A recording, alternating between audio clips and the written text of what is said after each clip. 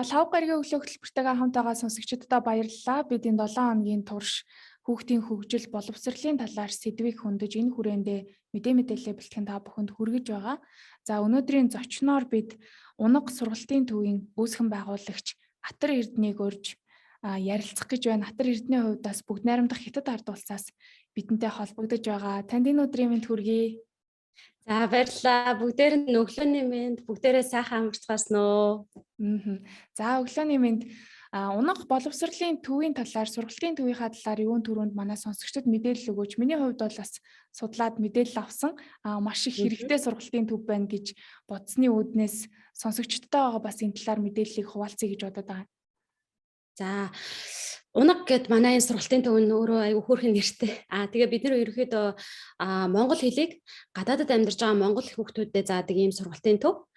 Тэгээд одоогоор нийлдээ дэлхийн 30-аад 30 гаруй улсад бид нар үйл ажиллагаагаа явуулж байна. За монгол хэлийг яаж бид нар ингээд 30 гаруй улсад заагаад байна гэхээр бид нар энэ онлайныг ашиглаад онлайнаар бүх хичээлээ заадаг байгаа.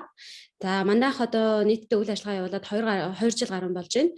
Энэ хугацаанд нийтдээ 2000 гаруй монгол хүүхдүүдэд одоо монгол хэлээ заасан байна. Гэхдээ ер нь аль тэдгээр хүүхдүүд маань гадаадд амьдардаг. Эсвэл одоо нөгөө холимог гэр бүлээс гаралтай гэж байдаг шүү дээ. Аав нь монгол байхад ээж нь гадаад ч юм уу, эсвэл ээж нь монгол, аав нь гадаад юм уу. За эсвэл одоо нөгөө ажиллаж амьдардаг монголчууд байгаа гадаад улсуудад. За тэнд амьдарж байгаа монгол хүүхдүүдэд монгол хэл соёлоо мартуулахгүй за мэдүүлэхийн тулд үйл ажиллагаа явуулдаг ийм сургалтын төв байгаа да. Гурван найз хамтарч бас яг энэ Унаг сургалтын төвийг анх үүсгэн байгуулж исэн гэж уншсан байна. Тэгэхээр анхны тэр сэтэл хаанаас төрсөн бэ? Яагаад бас яг энэ хүүхдүүдэд гадаад амьдарч байгаа монгол хүүхдүүдтэй их хэлийг нь зааж сургая. За зөвхөн их хэл биш, монгол соёлыг нь бас ингэж хамтдагч зааж сургая гэсэн сэтэл хаанаас төрөв? Бид нар болохоор өөрсдөө нөгөө гурлаа гадаад амьдардаг гэсэн аахгүй юу. Тэгээд ер нь айгүй олон жил ч гэстэй за 10 жил гадаад амьдарч чаар чи хүн чинь ингээд ер нь гадаадд амьдарч байгаа хүний амьдралын шаардлага, Монголд амьдарч байгаа хүний амьдралын шаардлага хоёр ер нь жоохон өөр штэ. Монголд амьдарч байгаа хүмүүс бол тэр хэл соёл гэдэг бол одоо амьдралынхаа явцад өөрөө бий болчдөг. Гадаадд байгаа хүн тэрийг одоо хиймлэр гэх юм уу зориудаар бий болгож ижил тэр орчин үүсчихдээ байхгүй юу. Тэгээд би өөрөө одоо яг гэр бүлтэй болоод ингээ өөр хүүхдээ болоод ирэхээр чинь амьдралыг харах хандлага арай өөрчлөгдөд. Тэгээд одоо ингээ гадаад хүмүүстээс монгол хэлийг зааж ирсэн байхгүй. Тэгээ айгүй сонирхолтой санагдаад яагаад бид нар ингээд англи хэл, хятад хэл гээл ингээл айгүйх сурах га тэмүүлээд идгийг. Гэтэл яг үндэ энэ монгол хэлийг заах чинь бас айгүй үн цэнтэй юм байна. Энийг ингээд бизнес болгож болох юм байна гэд хоёр найзтайгаа ярьсан чи тэр хоёр ч гэсэн угаасаа гадаад 7 жилээс хүмүүс нэрээ тэр штэ яг хийцгээгээд тэгээ ингээд бид гурлаа анханаас эхэлжсэн. Гэхдээ нэг хүнтэйгээ бол одоо би одоо хүртэл нүрээрээ одоо уулзаагүй гэх юм да. Бичлэн уулзаагүй бид нар ингээд хамтраал энэ бизнесийн сургалтын төвөө эхлээл одоо ингээд явж байгаа. Тэгэхээр бүх юм ингээд онлайнаар явж байгаа болохоор ингээд яг л одоо Монголд бол оффист ажилладаг хүмүүс ямар байдаг вэ? Яг л тийм төвшөнд ажиллаад явж байгаа гэсэн. За одоогийн байдлаар яг Унаг бол сургалтын төвд харьяалагдж байгаа хэдэн багш байна. За тэгээд хичээлийн үйл ажиллагаа ер нь яаж явагддаг вэ? Ер нь аль ингээд 2 жилийн хугацаанд яг манайх айгу доктортой гэж бид нар хардаг байхгүй хүний нөөц талаасаа харуул. За ер нь аль одоо ингээд 2 жил яг бид нартай анханаас нь эхлээ явж байгаа багш нар ч байна. Мэдээж хэрэг дунд нь өргөчгийн ирээр багш нарын тоо нэмэгддэг. Яг одоогийн байдлаар бол нийтдээ нэг 25 орчим багш. За дээрэс нь одоо энэ чинь зөвхөн багш биш л те. Энэний чарт одоо маркетингийн алба, энэний чарт хүний нөөц, энэний чарт одоо юу гэх юм сургалт судалгаа боловсруулах баг энэ төргээ байх хэвээр. Тэгээ ер нь бусад юм хүмүүсийнхаа бүрэлдэхүүнтэйгээр нийтдээ 25-аас 30 орчим ийм хүний бүрэлдэхүүнтэй ажиллаж байгаа. Яг улирлын шин чанартай бас юмнууд байна л да. Одоо 100-ны цагт бол жишээлбэл багш нарын тоогийн алчгүй нэмэх шаардлагатай болдог ч юм уу. Ийм байна. Нөгөөх нь асуусан нөгөө сургалттэй яг яаж явагддаг вэ гэдэг ч тий. Бид нар бол ерөнхийдөө за хүүхдүүд маань тэртээ тэрнгүүтэр гадааддаа өөрийнхөө ерөнхий боловсролын сургуульдаа суралцж байгаа штэ. Тийм учраас одоо хит их ачаал өгөхгүй үднээс 7 хоногт ер нь нэг 2-3 удаа, заримдаа 1 удаа. Тэгээд 7 хоног болгоо ингэж явагддаг. Тэгээд 1 удаа хичээл маань орохдоо 60 минутаар орно. За энэ 60 минутаар орохдоо бид 40 минут нь монгол хэлний хичээл, за 20 минут нь яг монгол ах үеийн ёс заншил гэдэг ийм шинэ хичээл бид нар одоо юу гэх өөрсдийнхөө хэмжээнд нээж илрүүлээ. Тэгээд тэрэн дээрээ одоо хөтөлбөр боловсруулаад ингээ боловсруулалт хийгээд явагддаг. Яг одоо монгол ёс заншил гэхээр айгүй томоор бодож болохгүй л дээ. Тэр чинь хүүхдүүд юм чинь. хизээч Монгол гэрт амьдраагүй хүүхдүүд биднэрт манайд байдаг. Тэгэхээр бид нар тэр Монгол гэр гэж юу юм? Энд чинь яагаад бүрэнхий хэлбэртэй байдгийг? Яагаад тоон нь дээрээ байдгийг те? Хэдэн цагийн дотор энийг чинь барьчдгийг? Бид нар яагаад энд олон мянган жил амьдраадсан гэдэг ч юм уу? Ийм одоо энгийн зүйлээсээ юу ер нь тэр одоо ёс заншил гэдэг хэмжээлээ зааж эхэлдэг гэсэн. Та түрүүн яг ярианы ихэнд хэлж байна. Одоогийн байдлаар унах сургалтын төвд 2000-аад хүүхдийг сургасан байна гэж. Тэгэхээр гадаадд амьдардаг монгол хүүхдүүдийн тоотой харьцуулаад үзэхэд энэ бол бараг 5% ч юм уу 5% нь хүрэхгүй тоон үзүүлэлт цаана 95% орчим хувь байна гэхээр унах сургалтын төвийн үйл ажиллагаа өргөжих бүрэн боломжтой гэж миний хувьдаас харж байна. Та бүхний алсын хараа бас юу байгаа вэ? Яг өөрөө хэлж байгаатай адилхан тий. Яг үндэ одоо ингээ гадаад иргэн яамнаас тэр нөгөө гадаадд амьдарч байгаа хүүхдүүдийн тоо гэдгийг яг альбисаар гаргаагүй юм байл л дээ. Одоо ер нь бол ингээд одоо насан туршидтайхаа тоотой дундчлал нэг за багцаад за тэдэн мянга байгаах гэсэн ч юм уу. Ийм тооцоо байна гэсэн үг. Бидний өөрлөл ажиллагаа өргөжих бүрэн боломжтой. Бид нэр цаашлаад одоо монгол бичиг заах тий. Монгол улс маань одоо монгол бичгийг аль биесийнхөө бичиг болгоно гэж тэгж шүү дээ. За монгол бичгийг заах. Дээрэс нь одоо ингээд тэнд шинээр төрж байгаа хүүхдүүд байгаа шүү дээ. Одоо нэг 3-тай 4-тэй манай сургалтанд арай хамрагдаж амжаагүй. Энэ хүүхдүүдэд заах. Улам хүрээгээ тэлэх. Одоо өөрчлөлт хэлжсэн шүү дээ 30 орн гэсэн бол бид нар одоо эрх хичээлийн зорилго магадгүй 50 орн гэдэг ч юм уу тий. Юусэн онлайнаар хичээл заахын хамгийн том давуу тал нь тэрэндээ л оршиж байгаа. Нэг одоо Австри гэдэг улс ээ л да. Тэрний нэг жижигхэн тосгонд нэг монгол хүүхэд амьдарч байна те. Тэр хүүхдэд бид нар монгол гэдэг тэр хэлээ сурах. Тэр монгол гэдэг одоо өөрөө хаанаас үүсэлтэй тэрийг мэдэх энэ боломжийг олгож байгаа. Тэгэхээр яг илүү одоо орныхоо хүрээлтэлэх магадгүй тэгээд үйл ажиллагаа одоо арай төрөлжүүлэх гэх юм уу? Ийм чиглэл рүү явна гэж бодож байгаа эрх хичээлээс. Сургалтанд одоо ямар насны хүүхдүүд хамрагдах боломжтой байдаг вэ? Одоо монгол хэлээрээ огт ярьж чадахгүй, ойлголцож чадахгүй байгаа хүүхдэд монгол хэлийг нь тухайн өөрийнх нь мэддэг хэл дээр нь зааж өгнө гэхээр хүндрэл бэрхшээлүүд бас хэрэг гарч байна. Ер нь л одоо манай хамгийн бага настай сурагчид зарим нь 4 настай, 5 настай байдаг л та. Гэтэ тэд нар чинь мэдээж хэрэг зөвхөн энэ чинь хэл сурахаас гадна тэр хүн чинь бүр үзэг барих чадвараа сурч эхэлдэг байхгүй бид нартай зүг. Үзэг барих те за ингээ 30 минут суух чадвар багш шиг ийм хэлэхээр ингээ сонсох чадвар гэдэг. Энэ болохоор зөвхөн бид нар монгол хэлний чадвар олохоос гадна тэр нөгөө нэг сургуульд орох бэлтгэл тэр одоо нөгөө манайхаар болоод бэлтгэл анги гэдэг шүү дээ. Энэ сургалтыг бас ингээ давхар хийгээд явдаг. Хамгийн бяцхан сурагч маань 4 настай. За яг үндэ унаг гэд нэр нь айгу хүүхдийнхээ олооч бид нар ч гэсэн айгу том одоо насан туршидтын бас анги байдаг байхгүй юу. Тэрний яадаг вэ гэхээр эхнэр нь монголч юм уу? Эсвэл нөхөр нь монгол тий. Гэхдээ ингээд гэр бүлэрээ бид нар ингээ монголоор ярмаар байна гэд одоо тухайн хүмүүсийн гэр бүлийн хүмүүс нь сурах айгу хүсэлтэй байдаг. Эсвэл одоо нөгөө бүр одоо Америкт магадгүй одоо 20 жил амьдарсан монгол залуучууд байдаг. Ярьж чадаад байдаг, уншиж чаддаг юм. Ийм хүмүүс бас манай тамрагдаад сурдаг. Тэгэхээр яг үүндээ хамгийн одоо Ахмад сурагч маань 60 миний санджаар 61 өнөө 62 настай байсан. Тэгэхээр бид нэр ингээд насны хувьд л айгүй өргөн хүрээтэй байдаг. Яг ерөнхий ингээд 80% төвлөрөлт маань мэдээж хэрэг яг одоо энэ 6-аас 13 насны хүүхдүүд дээр явагддаг гэсэн. Үлдсэн 20% маань одоо нөгөө насан туршид юм уу эсвэл бүр одоо цэцэрлэгийн насныхаа юм уу ингэж ороод явдаг. Таны хувьд өөрөө яг энэ сургалтын хөтөлбөр дээр нь яг өөрөө гар бие оролцож ажилладаг гэж сонссон. Тэгэхээр яг сургалтынхаа хөтөлбөрийг боловсруулахад юун дээр илүү анхаарч байна? Одоо монгол хүүхдүүд бол монгол сурах хүчиг дээрээ үндэслээд сурчиж байгаа шүү дээ. Тэгэхээр таны хувьд энэ сургалтын хөтөлбөр дээр юун дээр илүү анхаарч ажиллаж байна? Би нөө өөрчөнд хэлсэндээ би ингээд гадаад дохдоо ер нь бол одоо ингээд англи хэлийг ч юм уу гадны хүүхдүүдэд заадаг ч юм уу эсвэл хятад хүмүүст ч юм уу ингээд монгол хэл зааж үзсэн байхгүй. Тэгээд энэ сургалтын төвийг ингээд бид нэр эхлээ явж байхдаа Монголын одоо сурах хүчийг ашиглаад үзье гэсэн чинь айгүй хүнд үнэхээр хүндтэй дэдэг. Монголоор ярьж чаддгүй хүүхдэд нэгдүгээр ангийн сурах хүчийг ашиглах гэдэг ямар ч боломжгүй байсан байхгүй. Тэгэнгүүт бид одоо бидний хамгийн гол барьсан юм болохоор одоо юу гэх аливаа юмнаас одоо хамгийн чухлыг авах гэх юм уу? Хамгийн чухлыг авах хэрэгтэй. Гэтэ тэрийг хамгийн энгийнээр тайлбарлах хэрэгтэй гэдэг ч юм уу те. Одоо би юу гэж хэлвэл одоо энэ Oxford Cambridge-ийн систем сургалтын систем Монголд айгүйх ингээл хэл амад агуулт юм л шүү дээ.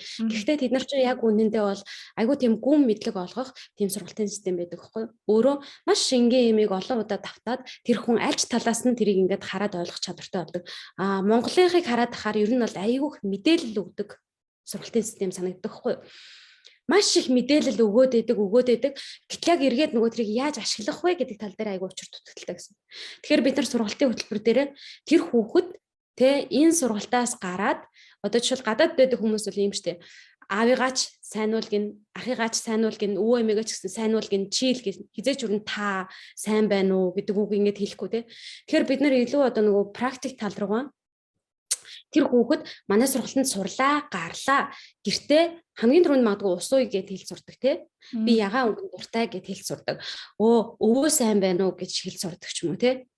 Тэгэж одоо яг энэ практик байдлаар айгүй ер нь бол яг сургалтын хөтөлбөртөө нэлээх оруулдаг.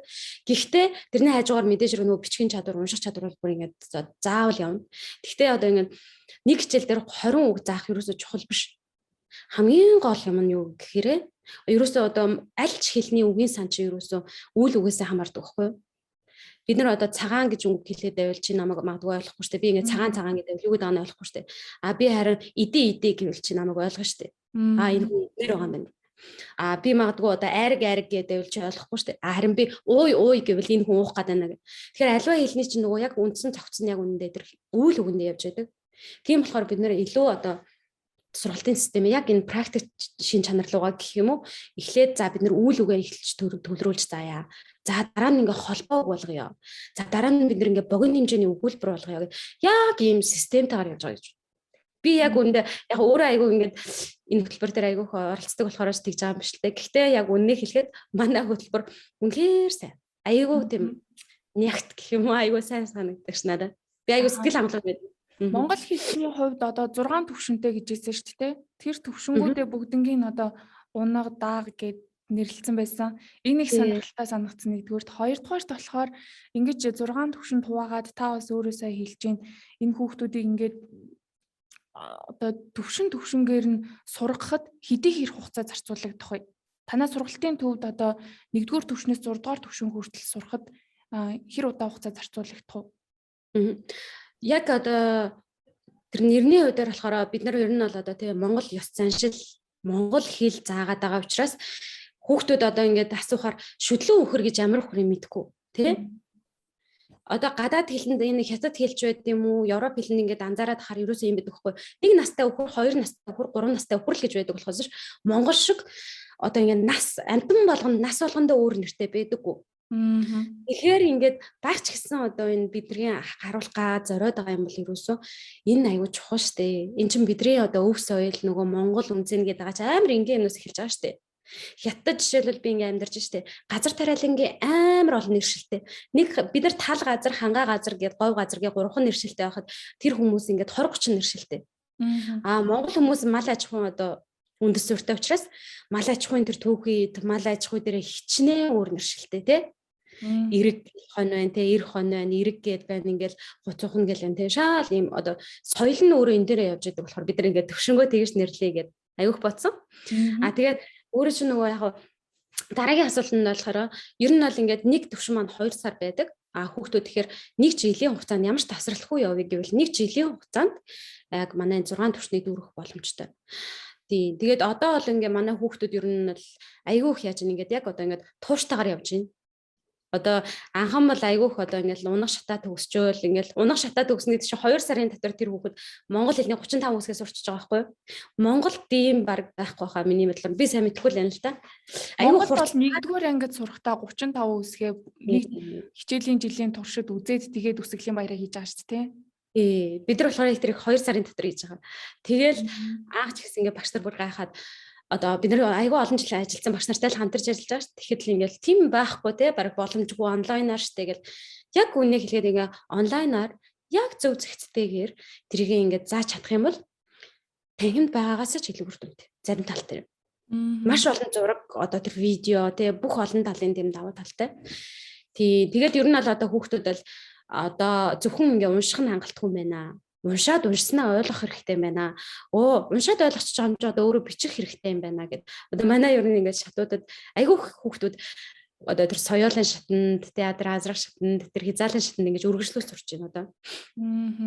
Насанд хүрэгчид бас сурж байгаа гэдгийгсэн Танаа сургалтын төвийн талаар судалж байхад бас яг энэ оны намраас эхлээд 2 шинэ анги нэгдсэн билээ шүү дээ. Тэр ангиудынхаа талаараас бидэнд мэдээлэл өгөөч. Яаж тэр хичээлүүдийг онлайнаар зааж ийн? Их хэл бичиг болон босоо бичиг болон биелгээний анги гэж 2 анги байсан тийм. Биелгээний анги маань болохоор яг ингээд нөгөө юундаа бид нар ингэж хамтдагч явж байгаа гэсэн үг. Одоо монгол хэлнийхаа хичээлтэй биелгээгээ хамтдагч байгаа гэсэн үг. Жишээлбэл 12 цагийн монгол хэлний хичээлүүлээд 2 цагийн биелгээч гэдэг юм уу тий. Нөгөө хүүхдүүд чинь нэг монгол хэлгээд сураал байдаг. Гэхдээ тэр чинь ямар амттай, ямар үнэртэй гэдэг мэдрэх хэрэгтэй шүү дээ. Тэгэхээр бид нар одоо энэ монгол биелгээ байдаг юм уу, монгол бичиг энэ тэр дотроо ингэ шингээж зааж байна. Яг монгол хэлний хичээлээ, монгол бичгийн хичээлээ шүү дээ. Тэрний хувьд болохоор яг үннийг хэлэхэд одоохондоо арай бас эхлэх байна. Бид нар ингэ бэлтгэл ажиллаа хийгээд явж байна. Тэгээд тэр бол ингэ нөгөө монголоор огт ярьдгүй хүүхдүүдийн хувьд бол айгүй төвхтэй юм билээ. Яагаад тэгэхээр кирилл үсгч 35 үсгтэй шүү дээ. Монгол үсгч чинь үнэндээ 76 тэмдэгтэй байна уу да. Одоо нэг үсгч 3 уурчиж байгаа юм чинь. Тэгэхээр нэг хүүхдийн хүлээж авахд арай одоо их ачаалттай юм шиг тэгж санагдсан тийм. За онлайн сургалт гэхээр надад бас их туршлага судлах хэрэгтэй сургалт юм шиг санагдсан л да. Яагаад гэвэл яг энэ цар тахал ковидтой холбоотойгоор бид нэр цахимаар сурдаггүй байжгаад гинт цахимд бүх сургалт шилжээд туршлагагүйтэд багш нарын ч тэр сурагчдын ч тэр эцэг эхчүүдэн ч тэр ингээд нэг л арга ивэ болохгүй байсан. Одоо л дөнгөж олж эхлэх чинь. Унах сургалтын төвд бас яг ингээ 2019 оноос хойш ингээ 2 жил үйл ажиллагаа явуулж хахад багш нар болон сурагчдыг энэ үр бүтээлтэйгээр сургах тал дээр онлайн сургалтыг үр бүтээлтэй болгох тал дээр ер нь ямар арга барил хэрэгэлдэг вэ? Тэр талаасаа бас бидэнтэй хаваалцвал. Одоо наачил манай нууцтай гэх. Бид нар одоо яг үндэ ингээд одоо яг үнийг хэлэхэд Монголын үнэхээр одоо шилдэг урдаа барьдаг сургуулийн багштай ингээд хамтарч ажилладаг да. Гэхдээ тэр хүн танхимд мундаг багш байлаа гэд онлайн дээр мундаг багш байна гэсэн үг юусоо биш. Тэгэхээр одоо нөгөө яг ингээд бүр ингээд бүгдийг бид нэр ингээд алхам дараалалаар ингээд бүгдийг шинээр зааж өгдөг. 10 жил хүүхдэд заасан багш онлайн дээр ороод ингээд сандраал эхэлдэг байхгүй. Материалаа бэлтгэх арга барил ч гэсэн айгүй буруу болоод эхэлдэг. Одоо яг онлайнаар яг ийм байх хэрэгтэй шүү гэсэн нэг тийм нэгдсэн жор алгалта. Миний бодлоор бараг дэлхий дээр ч байхгүй байх л та. Тэ? Яг одоо онлайнаар ийм шүүгээд тэгээд бүр ингээд хүүхдүүдийн насан залуужаад ингээд жоохон болоод ирэх тусмаа тэр чинь бүр илүү анхаарал шаардна тий. Мэдээж хэрэг хамгийн түрүүнд хүүхдийн анхаарал татах үйс маш гоё өнгөлөг байх хэвээр. За ингээд би одоо энэ нэг хаяа нэг Монголын цахим хичээлийг үздэг байхгүй. Тэгээ надад бодогддог байхгүй. Бид нар жоохон яахан туршлагаасаа уулзахаас ингээд нэг презентацийн дээр тий хамгийн ихтэй 3 өгүүлбэрл бичих хэвээр тий. Презентацийн гэдэг чинь өөрөө чинь ярьж байгаа ямиг дэмжих болохоос биш өөрөө чинь ярьж байгаа бүх юм тэрэн дээр байх албагүй байхгүй. Өөрөө чинь ярьж байгаа ямиг зураг болон дүрсжүүлсэн байдлаар эсвэл одоо гол одоо тэр юу гэх юм поинтууд тэр одоо гол зүйлүүдийн тий тэр презентацийн дээр тусгасан байх болохоос биш Монголын ингээд багш нарыг анзаараад хаад ер нь анх ирж байгаа бүх багш нарт ингээл дүүрэн ирээ мараа бичсэн тий тэр мөр ингээд яг одоо энэ онлайн орчинд бол юусаа огцохгүй гэсэн. Тэгэхээр тэр багш нарынхаа бид ингээд арга барилыг өөрчлөөд угаасаа ингээд манайд орж иж байгаа багш баг 1 сар бэлтгэдэг. Зөвхөн хичээл зааж эхлэхээс өмнө 1 сар бэлтгэдэг байхгүй юу? Энд чинь ямар аппликейшнээр заах юм? Яаж тэрийгээ сурах юм? Хүүхдүүдэд яаж удирдах юм? Яаж хичээлээ сонирхолтой болох юм? Ямар видео ашиглах хэрэгтэй ингээд. Тийм байдлаар л юм яг явдаг л та. Зүгээр хамгийн наазахын жишээ бол тэр презентацийн дээр тэгж амар их бичгээ болооч багш нараа тий. Тэр чинь өөрөө чи ярьж байгаа презентацийн ямар ч үзүүлэх шаардлагагүй тэрийг зүгээр дэмжих зорилттой хэрэгслэн шүү дээ презентацийн гэдэг чи тий. Тэгээд хүүхдүүдийн ямар насан зааж байгаа юм тий. Одоо ингээд харж байхад презентацийн гэдэг аюу гой аппликейшнүүд бий болсон шүү дээ. Тэгэхэд нөгөө PowerPoint-оос салахгүй ч юм уу тий. Эсвэл одоо ингээд ашиглаж байгаа зураг нь бүр ингээд нэг дээр үе нэг орсын зураг тэр мэрч ингээд цаг үе чинь хаана байгаа вэ? Хүүхдүүд хаана байгаа вэ? Тэ? Хүүхдүүд гар утсаа оролдоод юу үзэж байгаа вэ? Тэрнтэй дөхөж очихгүйц юм үзчихэж л тэр хүүхдүүд хичээлээ сонирхож эхлэх шүү дээ. Гэтэл яг үндэ энэ хүүхдүүд хичээлдээ муу байна гэдэг байгаа биш. Тэр чинь хүүхдийнхаа сонирхлыг татаж чадж гэнэ үү? Хүүхдэд одоо ингээд бид нар болохоор бүр ингээд заавал одоо өөрсдөө одоо юу гэх юм манай сургалтын дээр заавал хэрэгжүүлдэг юм тоглоомын аргаар хүүхдийг сургах. Тэ? Тоглоомын аргаар хүүхдийг оролцуулах. Хүүхдийн оролцоог яаж оролцуулах вэ? Багш яриа л нөгөө хүүхд сонсоод байдаг үуч айл хэзээ ард тоцорсон шүү дээ, тий?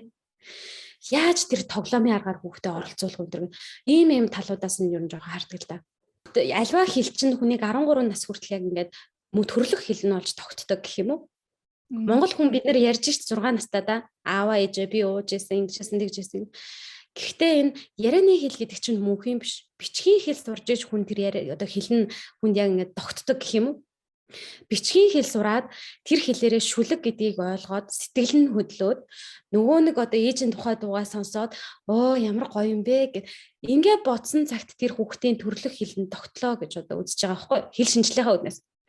Тэгтэл аав ээж нар одоо ингээд 6 нас хүрэнгүүт нь эсвэл за 6 бараг 4 мөрөвтэйд нэг юм англи цэцэрлэгтэй болоод. Англи хэл чинь яагаад монгол хүмүүс аюул сайн сураад идэв? Бидэрт нөгөө нэг тэр англи аялгаунд байдаг хамгийн хэцүү аялгаунуудыг гаргах тийм одоо хүүг аваа энэ хоолойны зүгээс гэх юм уу да тийм хүүг аваа байдаг. Тэ? Хятад солонгос хүмүүс яагаад англи хэлийг аюул муухай дуудлагатай яриад идэв? Энд чинь тэр нөгөө хүүг аваанд хөгжихгүй ш тэр хэлний чадвар нь хөгжихгүй нэ гэсэн. Бүр одоо ингээд хэл шинжлэхээ үднээс нарийн юмнаас үзэх юм бол одоо ингээд монгол хүмүүсийн ам илүү том хангаадаг, хятад хүмүүсийн ам арай жижиг хангаадаг ч гэдэм. Ийм асуудал хүрлээд байхгүй. Яагаад тэгэхээр тэр гаргаж байгаа дуу авинд бид нар арай юм чанга ирдэг ч юм уу те. Тэгээ бидний одоо энэ хоолой чинь арай илүү хүчтэй. Хятад хүмүүсийн хэл нь арай ийм одоо булчинлаг ч гэдэг юм уу. Энд чинь хэл шинжлэхээ үднээс юм баталгаажсан. Тийм учраас дээр үед 13 нас хүрэхээр буюу 5 дугаар ангиас нь биднэрт гадаад хэлийг 2 дахь жил болгоо заадаг штеп. Энд чинь зүгээр нэг хүн бодож байгаад за би одоо гадаад хэл 5 дугаар ангиас л заа гэсэн юм ерөөсөө биш. Энд чинь бүгд яг юм шинжлэх ухааныхаа үндэс суурь таахгүй юу? Тэгээд нэгдүгээрт би тэгээд аав ээж нарт хэлмээр байдаг байхгүй юу? Аав ээж нараа та монгол хүүхэд хүсээд байгаа мó? Та гадаад хятад хүүхэд хүсээд байна уу? Та англи хүүхэд хүсээд байна уу? Тэ? Шал өөр үндэс зүйлтэй хүмүүс штеп бид нар чаа. Тийм үстэй. Одоо Европ хүмүүсийг бид нар хараад гайхдаг шүү дээ. Яаж ийм аав ээжтэй хүүтэн хүндээ байна энэ төр гэл. Тэр чинь хүн байхаа хүүхэд байхаасаа тэрийг ингээд үнцэнээ болгоо өссөн юм чинь аргагүй шүү дээ. Чи бол амьдралын төвцөг шүү. Гэр бол 2 дахь шүү гэх тээ. Монголд чинь үгүй шүү. Нутаг ус чинь нэгт чи бол орог 2 дахь ч гэдэг шүү дээ тээ. Бидний чинь тэр үнцэн нөр тээ. Тэгэхээр аав ээж нар ингээд хөгшөрснийхоо дараа хүүхдээсээ энэ өстө ямар сонио хүүхдээ гэдэг. Яг үнэндээ тэр өөрсдийнх нь цэвэр бүтээл واخ. Тэрийг аягуусаа мэдгүй яг одоо манай сургалтын төвтэй хамаарлахгүй ч гэсэн би зүгээр амар энийг хэлээд өгөх. Тэрийг ойлгох хэрэгтэй аав ээж нар. Та хэнийг хүсэж байна 15 жилийн дараа, 20 жилийн дараа. Та яг монгол хүн хүсээд байна уу? Та яг одоо тэр хэл сурж байгаа маа солонгос хүн хүсээд байна уу? Тэ? Та тэрнийхээ үр дагаврыг хүлээн зөвшөөрч чадах уу? Тийм үү? Таныг настай болохоор ч одоо ац хамжин газар авч тавьдаг хүн хүсээд байна. Аль нь за яг бүх орн тийм биш л ах л та. Тэгвэл тэрийг аягүй сайн ойлгох хэрэгтэй. Тэгээ 2 дугаар тэрэн дээр болохоор хэлгээдсэн юм нь болохоор Монголд ингээд хүүхдүүдийг яг монгол хэлээ аягүй сайн сураагүй гэхээсээ илүү жоохон залхацсан байд юм шиг анзаарчихсан. Манай одоо ингээд таньдаг хүний хүүхд жишээлбэл бид нар 2 сар дотор монгол хэлийг уншаа бичиж сургачихлаа шүү дээ. Гадаадын одоо хэл мэдхгүй монгол хэлээ мэдхгүй хүүхдүүдэд сургаад шүү дээ. Тэгэхэд ингээд Монголд 19 сараа 1-ээс хичээл нь эхлээд 11 сарын дунд орж яхад 7 их шиг дээр явж байгаа хүүхдүүд байгаа байхгүй. Тэр чинь ямар их цаг хугацааг, ямар хэрэггүй цагийг тэр хүүхдэд ингэж алдчихж байна гэд би зүгээр дотроо тэгж бодож ирсэн тохой тий. Тэгэхээр яг хуу энэ сургалтын системээ жоохон өөрчлөөд арай тийм тэр хүүхдийг ч амар зовохгүй, хүүхэд нэг залхахдаг штеп. Их юм бичээл хараа ингээд нөгөө нэг одоо юу гэх юм. Аюу төгшөөдөг. Тийм болохгүйгээр аюу тийм цэвэрхэн энийг аюу гой заах боломж байна. Яг үнэндээ миний бодлоор бол 1-р анги 2-р анги хүүхдүүд бол нэг 50% тоглоод 50% хичээл хийх ёстой гэж би боддог байхгүй. За сүүлийнхаа нэг асуултыг асуучих. Бидний ярилцах цаг ерөөхдөө дуусж байна. Одоо яг сая би түрүүн бас ярьсан цахим сургалтанд шилжээд манайхын яг арга ивээ олохгүй хүүхдүүд дунд нь нэлийн хохирч юм л да. Боловсрал бол нэлийн хоцрогдолд орсон. Тэгэхээр яг энэ ковидын үед 1-р ангид элсэж орсон, 2-р ангид суралцж байгаа хүүхдүүдийн үед ялангуяа үсгээ бүрэн гүйцэд мэдэхгүй бараг төгсөж байгаа ийм хүүхдүүд байна. Энэ хүүхдүүдийн хичээлийн хоцрогдлыг арилгах зорилгоор танаа сургалтын төв дээр нь хандах боломжтой юу? Энэ талаараас биднэрт мэдээлэл өгөөч. Тийм тэрнэр бол яг ингээд боломжтой. Одоо нэг ийм Монголоос манайд суралцдаг хүүхдүүд нэг ийм 2-3 хүн шалтгаантай байна. Нэгдүгээр хүүхдүүд нь бэлтгэл ангийн хүүхдүүд аягүй хамрагдаж байна. Нөгөө бэлтгэл ангид орохоос өмнө за өсгөө үзчихье гэдэг хүүхдүүд аягүй байна.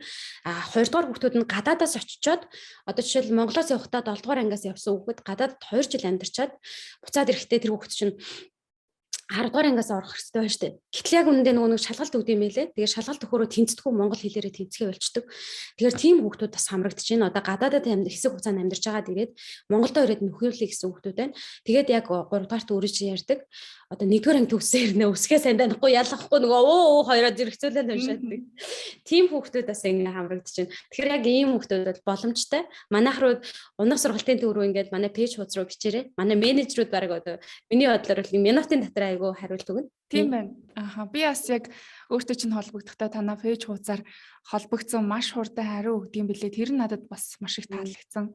Тэгээ цаг зав гаргаж манай радиогийн сонсогчдод сургалтын төвийнхээ талаар маш сайхан дэлгэрэнгүй мэдээлэл өгсөн танд маш их баярлалаа. За маш их баярлалаа. Цаг гаргаж ярилцсанд баярлалаа. Цаг гаргаж сонссон бүх хүмүүстээ баярлалаа. За өглөө хөтөлбөртэй хамт байсан сонсогчдодоо бас баярлалаа. Өнөөдрийн манай зочноор Унаг онлайн сургалтын төвийн үүсгэн байгуулагч Атар Эрдэнэ оролцлоо. За баярлалаа. Хичээнгүй хүнийг Бурхан илүү хайрлаж, хөдөлмөрч хүнийг амьдрал өөрөө шагнадаг. Монголын радио өглөөний хөтөлбөр.